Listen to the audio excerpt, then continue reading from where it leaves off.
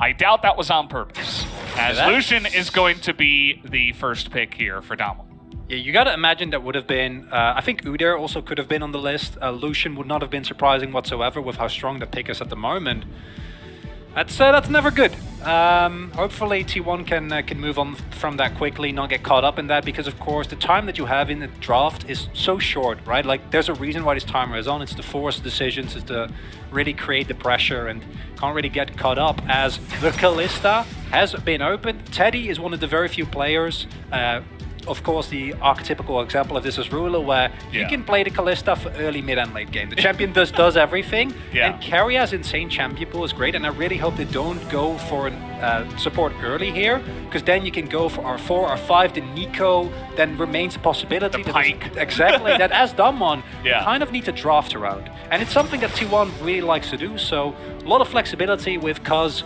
Actually, in my opinion, being the best Rumble that we've seen here so far in the LCK. I think Canyon got better at it, but he didn't really wow me yet. And as you mentioned, they don't really care if you ban away the Tahm Kench. They're still very much willing to pick the Senna. Does it fall a little bit in power? Perhaps, but Ghost is an incredible Senna player. Almost every team at MSI as well, I think, was banning Senna against Ghost. Like, nobody was letting him play this, and Ghost looked really excited when T1 did leave that available for him. And now the opportunity does arise for T1 to ban out a bunch of junglers here on the second rotation and take away like all the real power picks. This is going to be a blind Gnar. You're of course assuming that the set is going to be a support pick for Barrier because it combines really, really well with the Senna. The combination of Facebreaker into the root is really good. Set loves brawling, loves the sustain that Senna provides him. And honestly, sign ban. Get in here. I'm calling it now because I think that if you but especially with a double marksman lineup with an incredible amount of sustain from the Senna, I think if you provide this team with some actual front line, it becomes so hard to play. So Ornn, maybe Ornn is not as strong a champion, I think. Khan also not as necessarily as comfortable on it, but if you don't ban the sign, pretty sure that's going to be what comes out here from T1. But then do you want to maybe ban the Zoe? Showmaker Zoe is always a threat, and it's a hard one. It's not easy for T1 to, because DK is still giving themselves a lot of leeway here. Yeah. Well, it seems like they first want to target this jungle pool, and the Nidalee here for Canyon will be taken off the board. It's an AP jungler, one of the ones that is left. So what else are they going to take away here? You mentioned many different options, but I'm curious to see kind of where their mind lies. It'll be Udyr, which was also left up. As expected, taking away some of the power picks. And I think in Italy is also a read from T1 that set might not be support, and it might actually go on top side because the set in Italy obviously not as good as the Renekton in Italy, but it can do similar things where you lock someone down and kind of go from there, as the Leona taken away here. And of course, I think known T1 probably an R5 support counter pick for Keria here. For Keria. I mean, you started it, and now I got to run with it. Yeah, it's on you, really, Valdez. They're just a combination. It's like the Power Rangers, except there's only two of them. Ooh, I like this a lot more. This is lovely because technically there's still flexing potential here. I expect it to be a Gregor support because it synergizes incredibly well with the Kalista, but you could go into a situation where you go for the mid-rumble, you go for Kaz's Gregors in the jungle, right? Which is not something we've seen in quite a while, but it's a possibility. I'm not the biggest fan of the Diana. I feel like the champion has not really wowed me yet, but it looks like they are going to lock that in. Has been generally decently high pro when the main wave of junglers is banned out, and you do have a lot of AP or AD damage rather available, right? So it makes a little bit of sense. No. Just no. Okay, the Jace is going to come in here, and Khan giving a nice big flex. I think we know where that Jace is going. As TF, the consideration here. But will he go for the cannon? Don't think so. Victor is what they hovered before. And it is a decent amount of magic damage, but I think it's okay to go ahead and pick this up. You have some really nice range, some nice burst, but instead it is going to be a change to the Akali last second, as that should be Faker hopping onto that pick. I was about to say, the Victor is a pick you'll be okay with as a T1 fan, but you won't be excited about it. Faker on Akali, you will get excited about. Akali has had some bonkers performances already. Low King Lava, comes to mind, but there have been plenty of really good Akali performances already, and we're, 3 days into the tournament, so the pick is quite strong. It's also been banned a bunch of times. However, I do think into the Lucian, the early game is going to be pivotal. If Showmaker can find a big lead there, it's going to make Faker's life so much harder, and while he'll have all-in potential, that top side from T1 is not amazing. That in conjunction with the fact that there's not that much CC for Cuz, makes me favor DK's composition. However, if they fall behind, if the hard engage is too much, can still be a decisive victory here for T1. Yeah, definitely can. Like the scrappy comp here from Damwon, certainly overloaded with the amount of damage, especially physical, that can come out from this lineup. Curious to see how Canyon will pilot the Diana. As you mentioned, it's been a little bit lackluster so far, but this is Canyon we're talking about. We'll see if he can get ahead on this pick. And for me, the big question is, do we get to see peak Damwon? Because if this is peak Damwon, these picks are amazing. Canyon is the sole AP source, so he can actually, once he gets fed, once he gets enough farm, solo carry the game from the jungle position, which we know he loves to do. And Barrel and Hard Engage support used to be amazing. Is it going to be enough? I don't know, Valdez. Seems like fan chants are canceled all across the board. I thought maybe it was just for the first series, but no. Even the Damwon and T1 fans were not allowed. The sadness. We'll get them eventually, but not today. Not today. Instead, we get insane League of Legends. We could add both, but I was about to say, those two are not mutually exclusive, Yeah. Well, this is going to be pretty interesting to see. We've seen Lucians in the LCK just do disgusting things. I mean, just remembering Chovy and what he was able to do on this pick, kind of single-handedly carry Showmaker at times, can be insane on this pick. And Showmaker, the guy that we mentioned, the one guy who really had consistent performances throughout, the end of spring into MSI. He's the guy that plays it, so maybe he can kind of put everybody in his backpack and run to the finish line. It's a distinct possibility, and I think that, as you already pointed out, the Damwon Kia comp excels when it can skirmish, when it can find these 2v2s, just blow someone up, right? That's basically going to be your game plan. However, as you get later into the game, although the lockdown isn't amazing, there's still plenty of opportunity for the T1 lineup to find consistent team fights. They're not showing anything here. Might look for some free damage. No. No, they decide not to. Minions are more important, and I think that's a good call coming through. Yeah. This is going to be interesting, too, because Set, you talked about Beryl and his form, right? Everybody just knows over at MSI that there were times where he was just getting way too over-aggressive. He was caught out of position, and the really strong teams over at MSI took advantage of him pretty much every single time. And Set is one of those champions as well, that you really need to be in the face of your opponents and be very annoying. You have to be making plays, which can lend yourself to being caught out. That's an absurd win. Oh, that's an even more absurd win. Right? Okay, well, we are just... that's what happens when you get some of the best teams in the league duking it out. You get stats that are just insane. And personally, I'm a firm believer in that you should never ever allow Ghost to have Senna, and that has generally worked out well. However, this early on, Teddy and Curry are making really good use of the threats of that lane, and as we can see, Faker has gone for the fleet footwork, really understandable considering the matchup. You're just looking to sustain as much as you possibly can, and you're not going to look for elongated trades like you would with a Conqueror. Not a very fun matchup early on. Yeah, it's just Lucian things, especially against a... AP melee kind of champion. You're going to be poked out a lot. Yeah. It's really rough. And speaking of win rates, this is one, much like Teddy's win rate, where it's like, this guy has played 40 some odd games, right? Same with Khan. 35 games total, 80% win rate. Easy peasy. It's definitely not easy peasy though. It's incredibly hard to pull off as Cuz is looking for a gank, and you see Canyon was kind of scouting in the enemy jungle, but does not spot him here.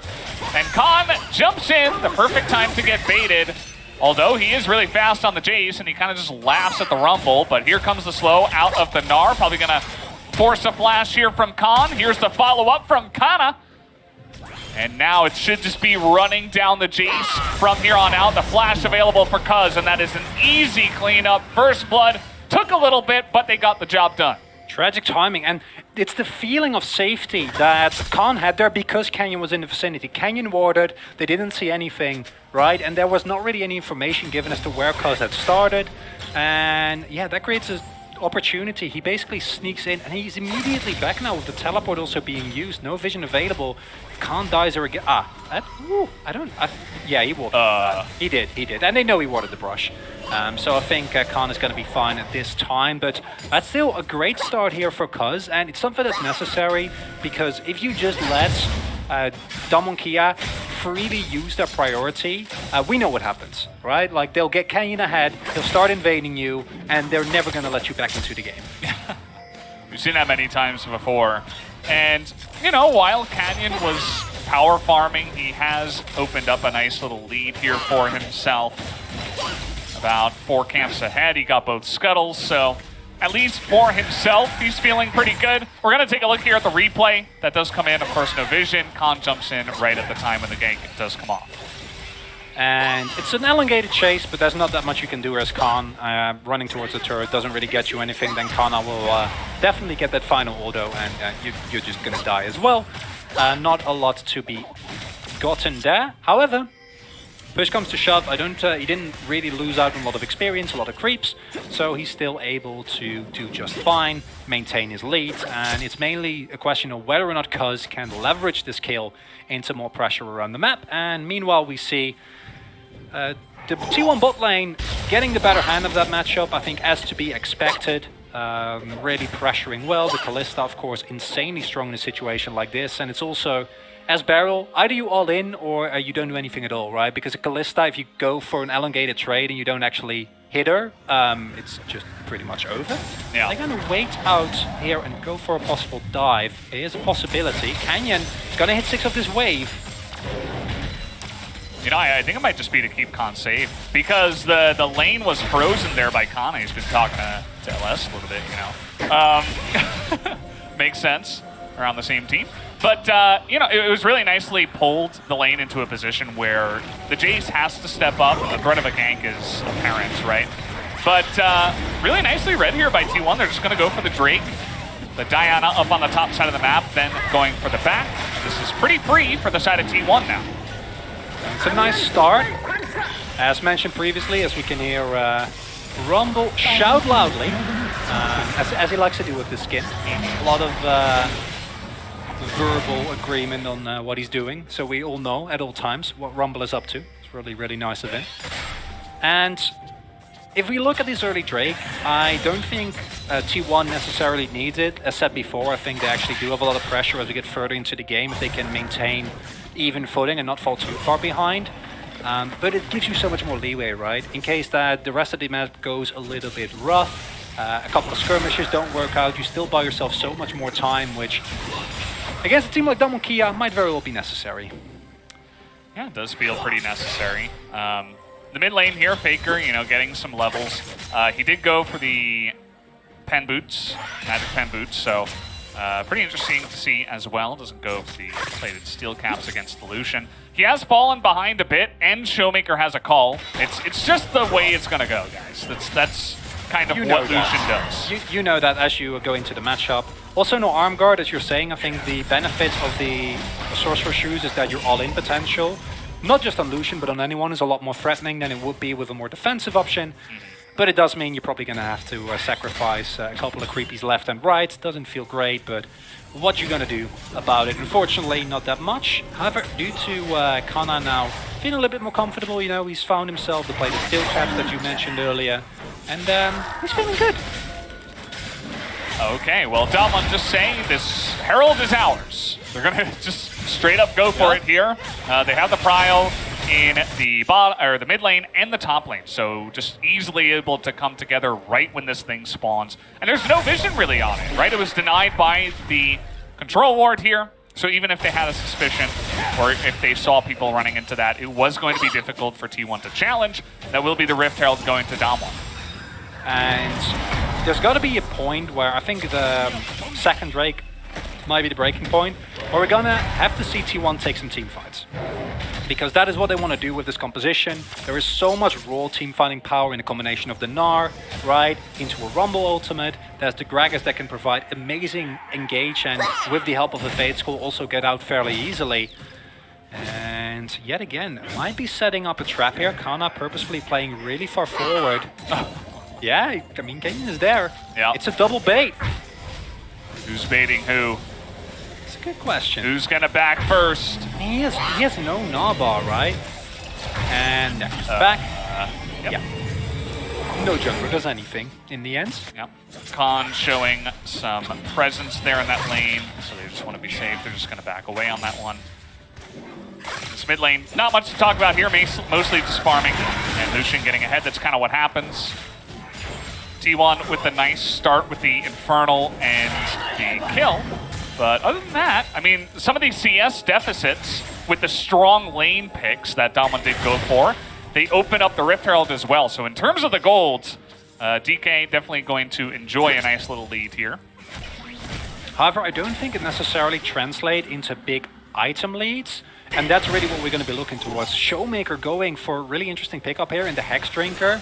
Assume he's not going to finish that, just going to sit at it, use the available magic resist that it gives him. And if we look at the T1 lineup, the mid-jungle duo is double AP, right? So the value that you get from the Hex Drinker is amazing, and with Showmaker wanting to play as far up as he is, it might provide you just those couple of seconds to wait for, say, Canyon to come in if you do get ganked. Yeah, I mean, Lucian's going to shell out insane damage anyway, right? And having that survivability to just do more of it might actually allow you to sustain in the fight, and then in terms of a longer fight, be able to do more damage. So I do like the pick alongside of what you mentioned. Beryl and Ghost playing pretty safe down on the bottom side. We saw Beryl actually, you know, from a distance trying to smash the CS and not really get in the face of Carrie and Teddy. So just trying to show as much respect as possible, which does lead to a distinct lack of action so far. You mean we've been treated to classic LCK games? Yeah, today, that's I don't know what it is, but today has been that. We've been going down that line. We have. And Nashor's 2 is finished. Kana doesn't have the Naba available because he's in the general vicinity. Okay, trying to go for a trade here. Kana gets way out of position and just gets dunked.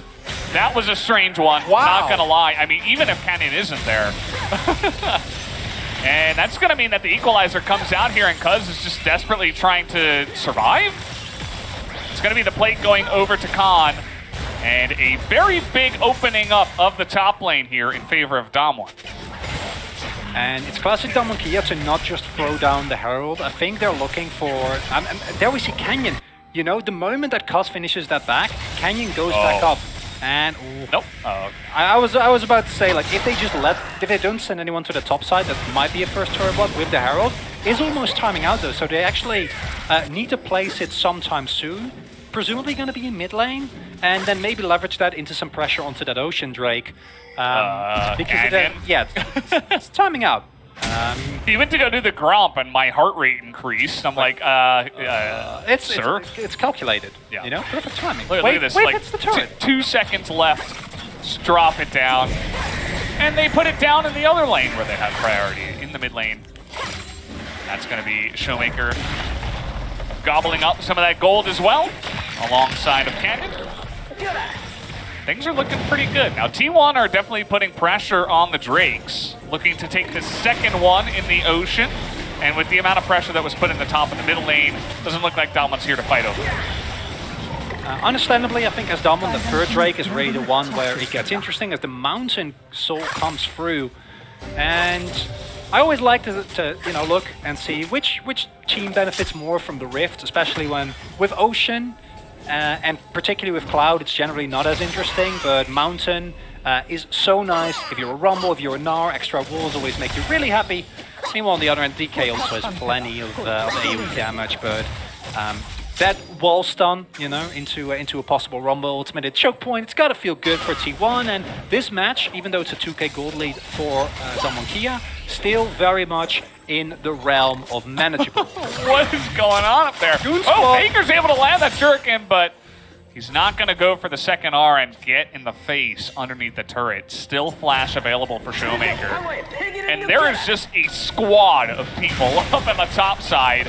And you're giving away turret plates in the bottom lane.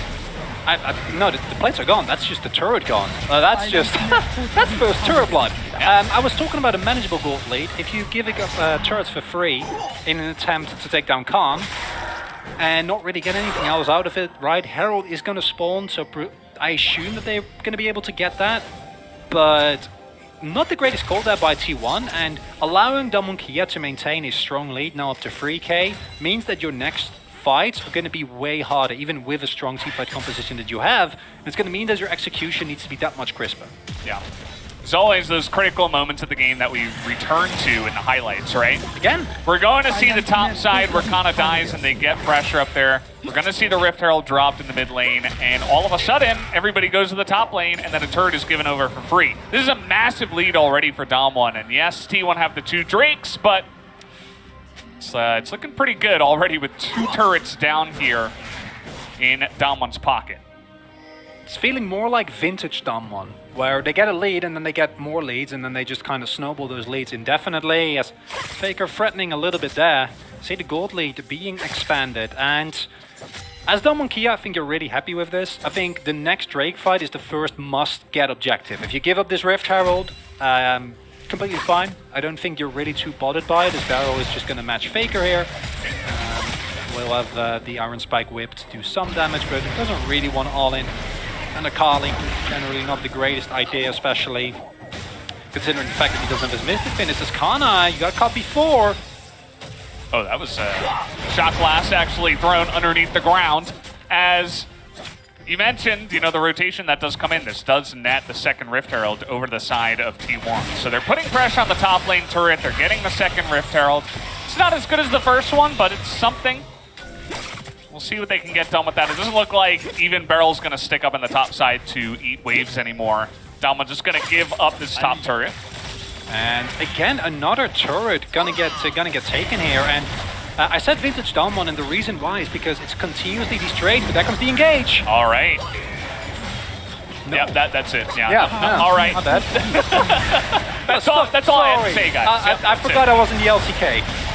Showmaker is just standing up to this one, has to dash away. That's a lot of damage coming out from Cuz. There's one guy who wants to really turn up the heat. Sorry, that was a bad pun. No, I'm not going to couldn't control myself. No, it's okay. It's okay, Valdez. You know, we appreciate you just the way you are. Yeah. And if you want to make that pun, then you are more than welcome to. No one can take it away from you. Proto Belt now finished, and let's take a look at these item spikes, because this next fight, if T1 win it, their map pressure becomes much harder to deal with, because every subsequent 5 minutes there's a must-win fight for Damwon Kia. Given over a mountain, so it's going to make it a lot harder for their very bursty composition to find a target and blow it up. And generally across the board, it's just the Mythics in case of the Diana, the Nashor's 2 finished. And neither team having a really big lead, although generally Damwon Kia having a couple of extra components by the virtue of their 3k gold leads. And it's the setup here that's important. If you can get enough poke as Damwon Kia, the fight is basically won before it's fought, but otherwise, still possible based on good execution. If they find backline access against T1, it's going to be a really hard-fought victory for them. I just love watching Khan play Jace. The control he has over this champion and the confidence that he has, he's just able to output so much insane damage. We're very blessed over here at the LCK to have some insane Jace players. Oh yeah.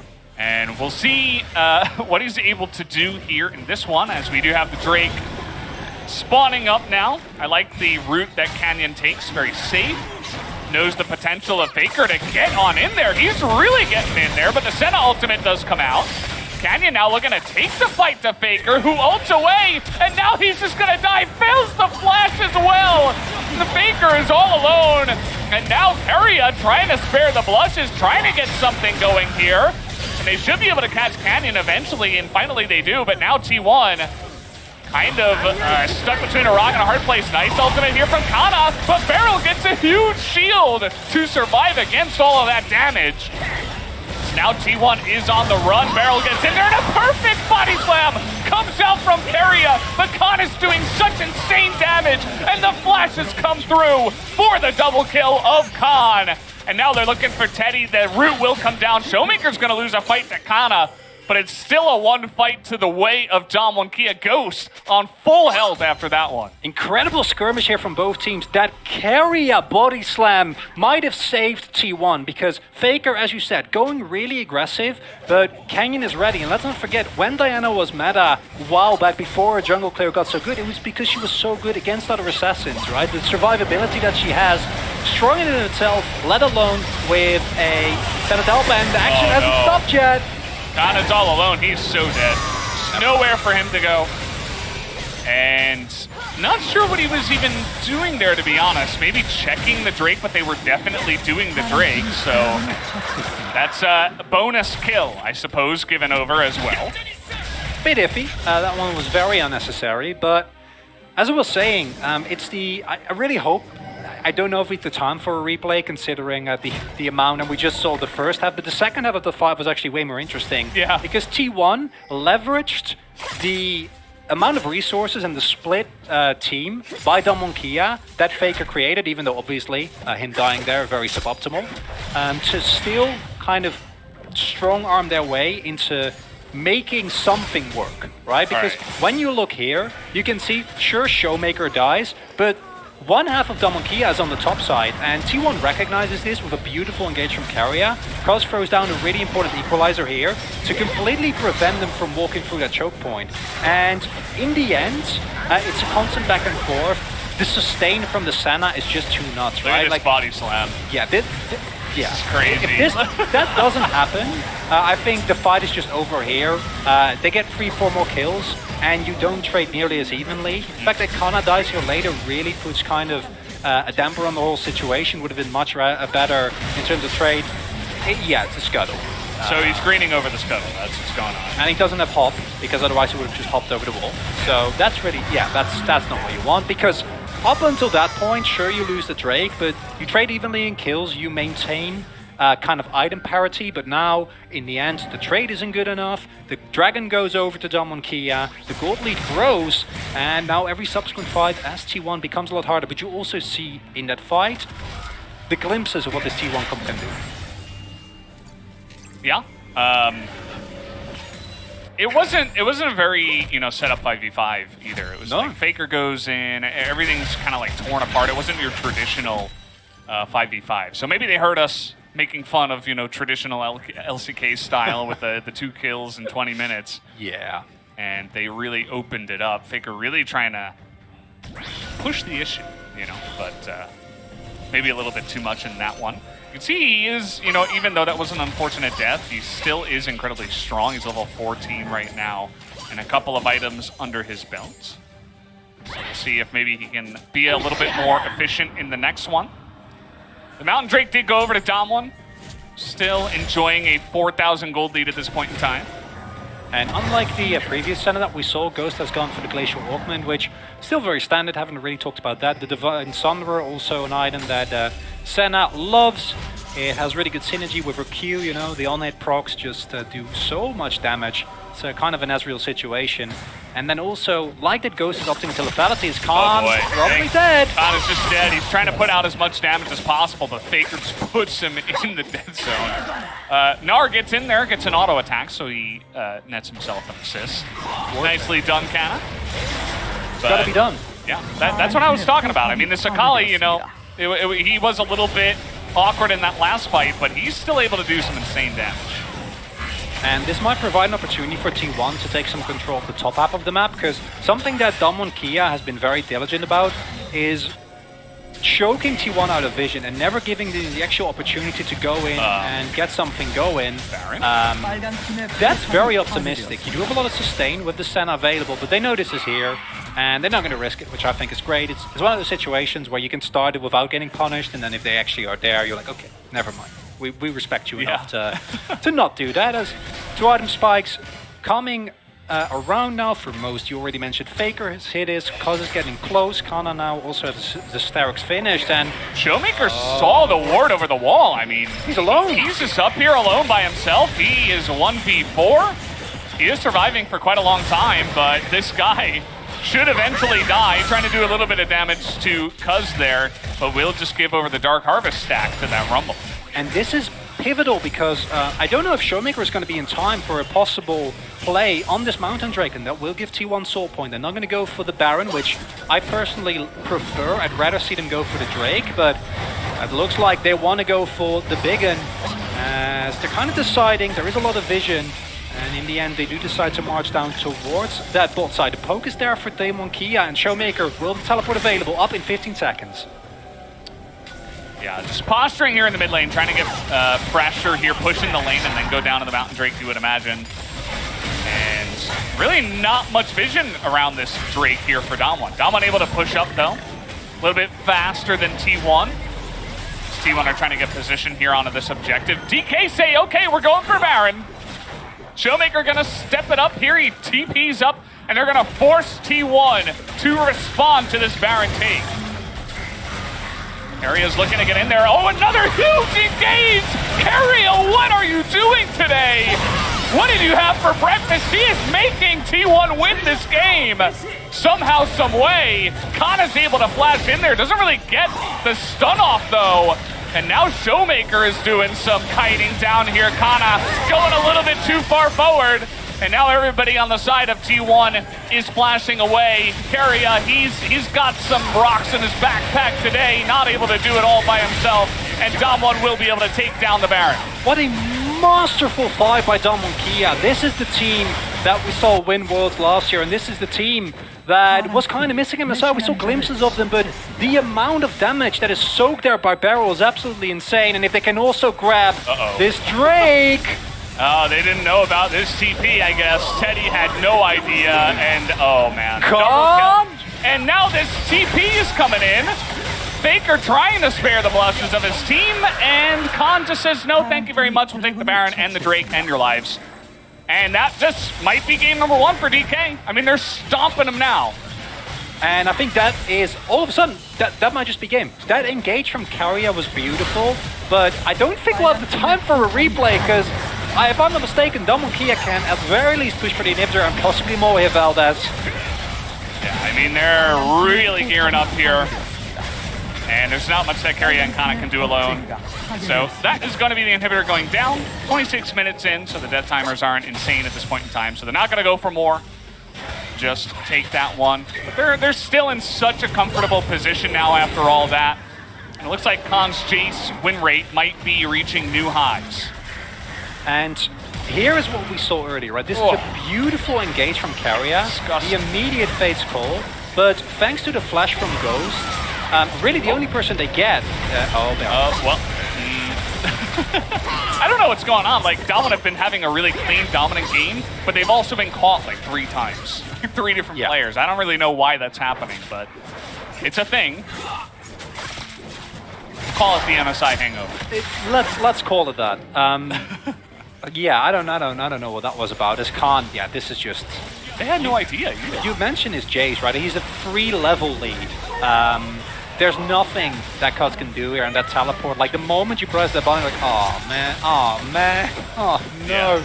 If they knew, they were just sacrificing their life to try to burst down the dragon. Like. Yeah, as Beryl does get caught here, and I gotta agree with you. I don't think that you should ever teleport there. I think that you know that the rest of Damwon Kia is beelining for it, and it's a spur of the moment thing, so it's best not to dwell on it. But I think by the time the teleport was channeled, Khan had basically already killed both of them, right? And the health bars were low. If you do that, maybe immediately go for the TP. If that was available, I'm not sure what the situation for Faker was. But now Damwon Kia, they can balloon this gold lead and make this game infinitely harder for T1 to play, because, well, theoretically, T1 still have an absurdly strong wombo combo, and see how willing they are to pull the trigger. With 2 Mountain Drakes and a lead like this, it becomes so much harder. Coming in now, 12 seconds on the Baron buff, looking to get a little bit more off the top. And not gonna... Okay, they're letting the cannons do the job, basically. Those last couple of shots will come in. They're still very far ahead and strong, so even without the Baron buff, looking to chip away at the inhibitor. But not taking any chances here is Damwon. You can see very careful about how they step forward. And they need to respect the engage, do spot them there. And as you said, Damwon here, they have been called out a couple of times. They're really far ahead. This game is almost in the bag, but you got to be careful. You got to stay respectful, because T1 has already shown that they will hard engage on you if they see an opening. Carry has the flash available again. Carry is trying desperately to solo carry this one, but he can't. And I think Damwon are respecting him more than anything else. But yeah, that's going to be a second inhibitor that does go down. And about 7,000 gold in the lead. And so just going to go ahead with that one. They got a couple of Mountain Drakes. We got a third one spawning in a minute and a half. We'll be looking for that. And really the strongest person on the side of Damwon actually ends up being Khan, I guess, after all the kills he was able to scoop up after the dragon fight, right? This is, you know, the classic caster move where you're like, I would really like to see Khan on Sion, and then he, like, gets Jace, yeah. and has, like, a 90% kill participation and is, like, single-handedly carrying team fight. Like, okay, Khan, okay, so yeah. Sorry for mentioning the Sion. Are we going back in? I suppose we are. Showmaker's just dead, but now Khan gets angry, gets in the face of them. He flashes the wall, and the stopwatch is so beautiful as well, but he will go down. This is such a messy fight that's coming in here, as Ghost is left alone on the left side as well, but Damwon are winning the right, as Faker will survive. But he is all alone. Finally, Kana does make his way over Barrel, trying to frontline here for Canyon, but Canyon a little bit too behind the wall. Faker incredibly scary at the same time, and Damwon just buying some time for the minions to push in. Look at the base. Base is going down. Okay, well, Faker is he's trying to flash in, looking for that kill, and he will be able to pick it up. Barrel actually not able to find the Akali. And okay, nicely dodged there, but the Shuriken doesn't land, and Kana should be able to pick up the kill anyway. Really nicely fought here at the end of it all, as 2 more kills will go to the side of T1. It's not over just yet, Val. This T1 are not letting go of this one. Might be able to pick up a Drake here as well if they can hurry their way over.